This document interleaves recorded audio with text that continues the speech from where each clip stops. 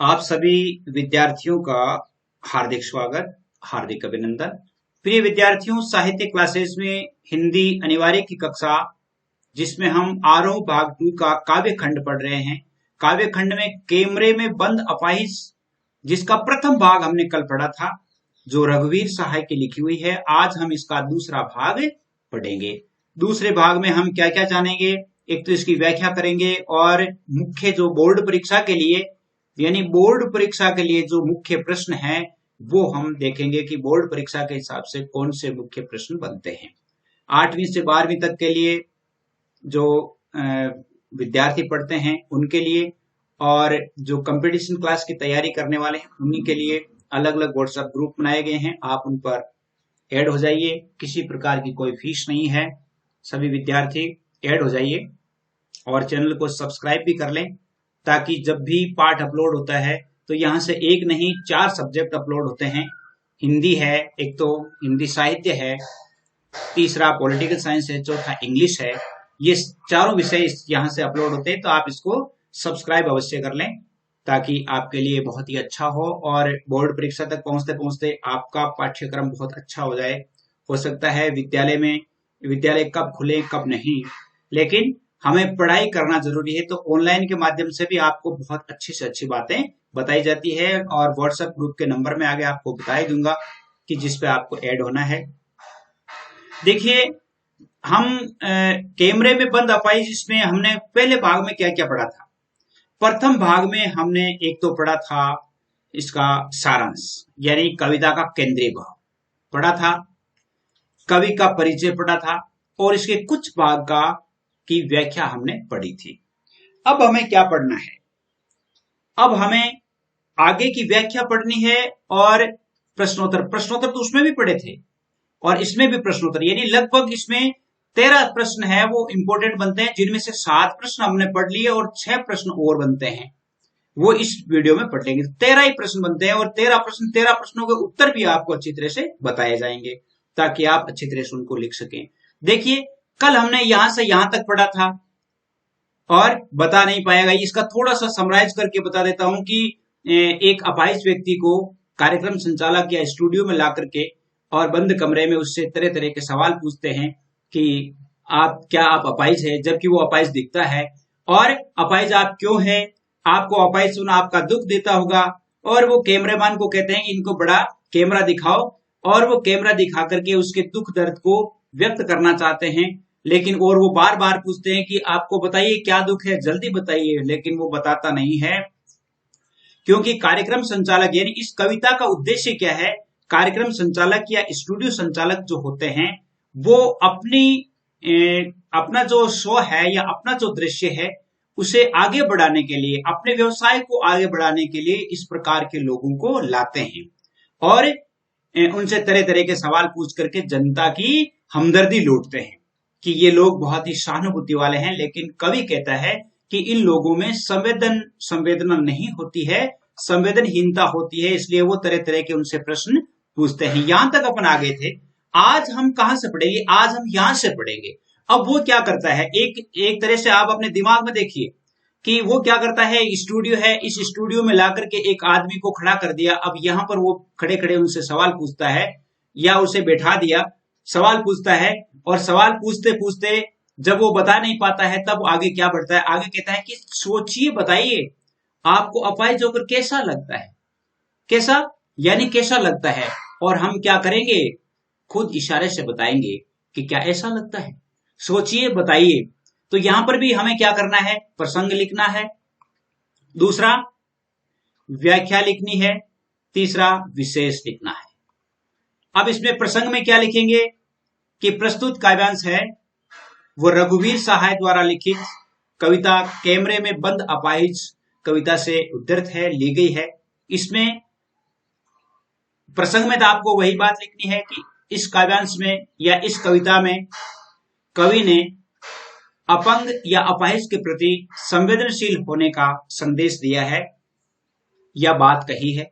अब आगे व्याख्या में क्या लिखेंगे कि दूरदर्शन पर कार्यक्रम संचालक जो है वो आकर के और उससे पूछता है कि सोचिए बताइए, सोचकर बताइए कि आपको अपाहिज होकर के, अपाहिज यानी अपंग, यानी आपको अपंग होकर के कैसा लगता है, आप कैसा महसूस करते हैं, ये क्या सवाल है। कैसा यानी मतलब कैसा लगता है, और वो खुद इशारे से बताएंगे कि क्या आपको ऐसा लगता है, क्या आपको दुख होता है, क्या आप अपने आप को कटा हुआ महसूस करते हैं, क्या अपने आप को दुनिया से अलग मानते हैं। इस प्रकार के बेहुदे सवाल उससे पूछेगा और सोचिए, बताइए, और वो उससे कहता है कि सोच करके बताइए, थोड़ी कोशिश करिए, ये अवसर खो देंगे। देखिए यहाँ बहुत बड़ी बात है, यह अवसर खो देंगे। और वो उससे कहता है कि आप अपने दुख को जन समूह को बताने के लिए, यानी आपका दुख है वो जनता में वितरित किया जा रहा है, इसलिए आप यदि कुछ नहीं बोलेंगे तो यह अवसर आप खो देंगे, आपके हाथ से यह अवसर चला जाएगा, और यह अवसर जाने के बाद आपको, आपके दुख को पूछने वाला कोई नहीं रहेगा। इसलिए इस अवसर का लाभ उठाते हुए आप अपने बारे में, अपने दुख के बारे में लोगों को बताइए। आप जानते हैं कि कार्यक्रम रोचक बनाने के वास्ते, आप जानते हैं कि कार्यक्रम को रोचक बनाने के वास्ते हम पूछ पूछ कर उसको रुला देंगे। कार्यक्रम करने वाले जो व्यक्ति होते हैं स्टूडियो में, वो अपने कार्यक्रम को और अधिक रोचक बनाने के लिए वो तरह तरह के सवाल पूछते हैं, यानी अपने कार्यक्रम को ज्यादा से ज्यादा लोग देखें, इसके लिए वो रोचक बनाने के लिए उसे तरह तरह के सवाल पूछते हैं, और पूछते पूछते व्यक्ति को रुला देते हैं, और इंतजार करते हैं आप भी उसके रो पड़ने का, और उससे तरह तरह के सवाल पूछ करके जनता भी देखती है कि यह व्यक्ति कब रोएगा, कब रोएगा, कब वह अपने दुख के बारे में बताएगा। लेकिन वह व्यक्ति रोता नहीं है, लेकिन वह व्यक्ति रोता नहीं है। और अब जब कार्यक्रम संचालक है उस व्यक्ति को रुलाने में नाकामयाब रह जाता है, यानी वो कामयाब नहीं होता है, सफल नहीं होता है, तब आगे क्या करता है, आगे करता है कि फिर हम पर्दे पर दिखलाएंगे उस फूली हुई एक बड़ी आंख की बड़ी तस्वीर। फिर वो क्या करता है कि जैसे मान लो उसकी सूजी हुई आंखें हैं, लाल आंखें हैं, या दुख के कारण थोड़ी बेचैनी है, उस बेचैनी को दिखाने के लिए पर्दे पर उसकी आंख को बड़ा करके दिखाएगा, ताकि लोग उसे देखें और लोगों को लगे कि यह बहुत ही दुखी है।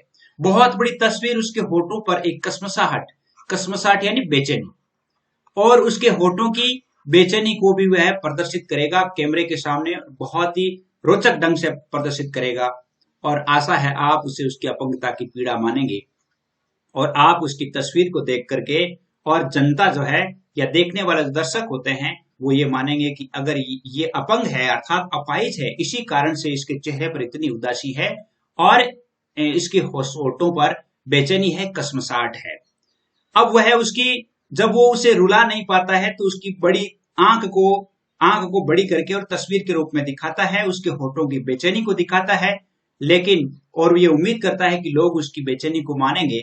एक और कोशिश, दर्शक धीरज रखिए, देखिए हम दोनों एक संग रुलाने हैं। और वह कहता है कि धीरज रखिए, धैर्य रखिए, हम आपको उसके दुख दर्द के बारे में इस प्रकार दिखाएंगे कि हम इस अपाहिज को और जनता को दोनों को रुलाना चाहते हैं। अर्थात जब वह रोएगा, गिड़गिड़ाएगा, तो जनसमूह के आंखों में भी पानी आ जाएगा और वह उसके प्रति सहानुभूति दिखाएंगे। आप और वह दोनों, आप का मतलब जनता, वह का मतलब अपाहिज व्यक्ति।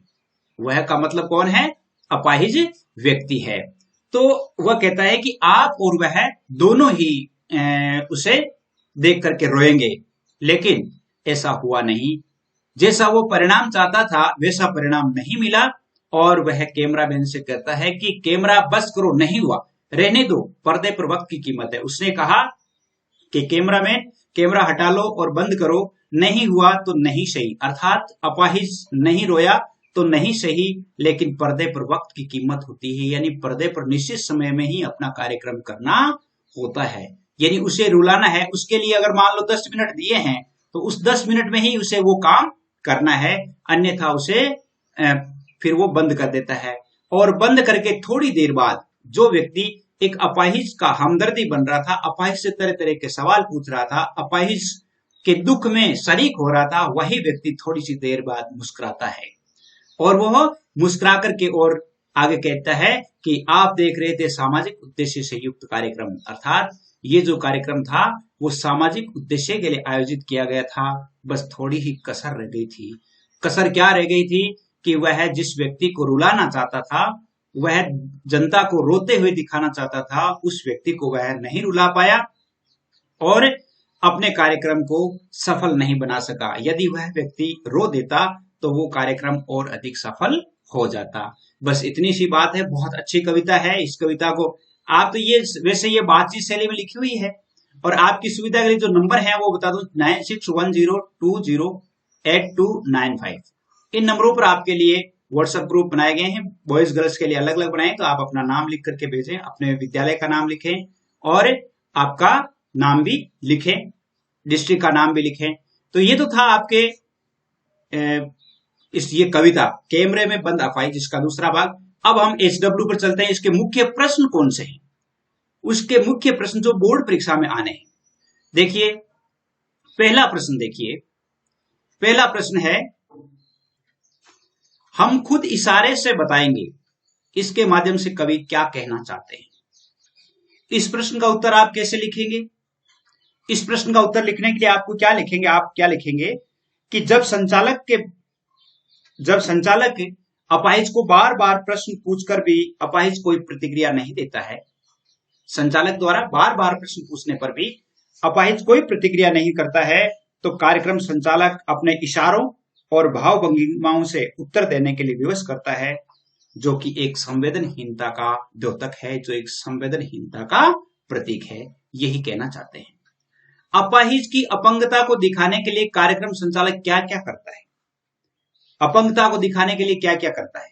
उत्तर आप कैसे लिखेंगे? इसका आंसर आपको इस प्रकार लिखना है कि अपाहिज की अपंगता को दिखाने के लिए संचालक उसकी फूली हुई आंख की बड़ी तस्वीर पर्दे पर दिखाता है, अपाहिज के होठों पर दुख के संकेत दिखाने का प्रयास करता है और उससे बार बार तरह तरह के प्रश्न पूछ करके और उसे रुलाकर जनता के सामने प्रस्तुत करने का प्रयास करता है। प्रश्न का उत्तर हो गया, कैमरे में बंद अपाहिज करुणा के मुखौटे में छिपी क्रूरता है। स्पष्ट कीजिए, बहुत ही इंपॉर्टेंट प्रश्न है और यह प्रश्न आपके परीक्षा में आने लायक भी है। तो इस प्रश्न को आप कैसे लिखेंगे कि इस कविता में, ध्यान से सुनेंगे, इस कविता में संचालक सब कुछ जानते हुए भी अपाहिज से ठेस लगने वाले प्रश्न पूछता है, ठेस लगने वाले प्रश्न पूछता है। वह उसकी अपंगता को गिड़गिड़ाते दिखाकर अपना उद्देश्य पूरा करना चाहता है। वह उससे बार बार प्रश्न पूछता है। अपने कार्यक्रम को रोचक बनाने के लिए वह उससे पूछता है, क्या आप अपाहिज हैं? आप अपाहिज क्यों हैं?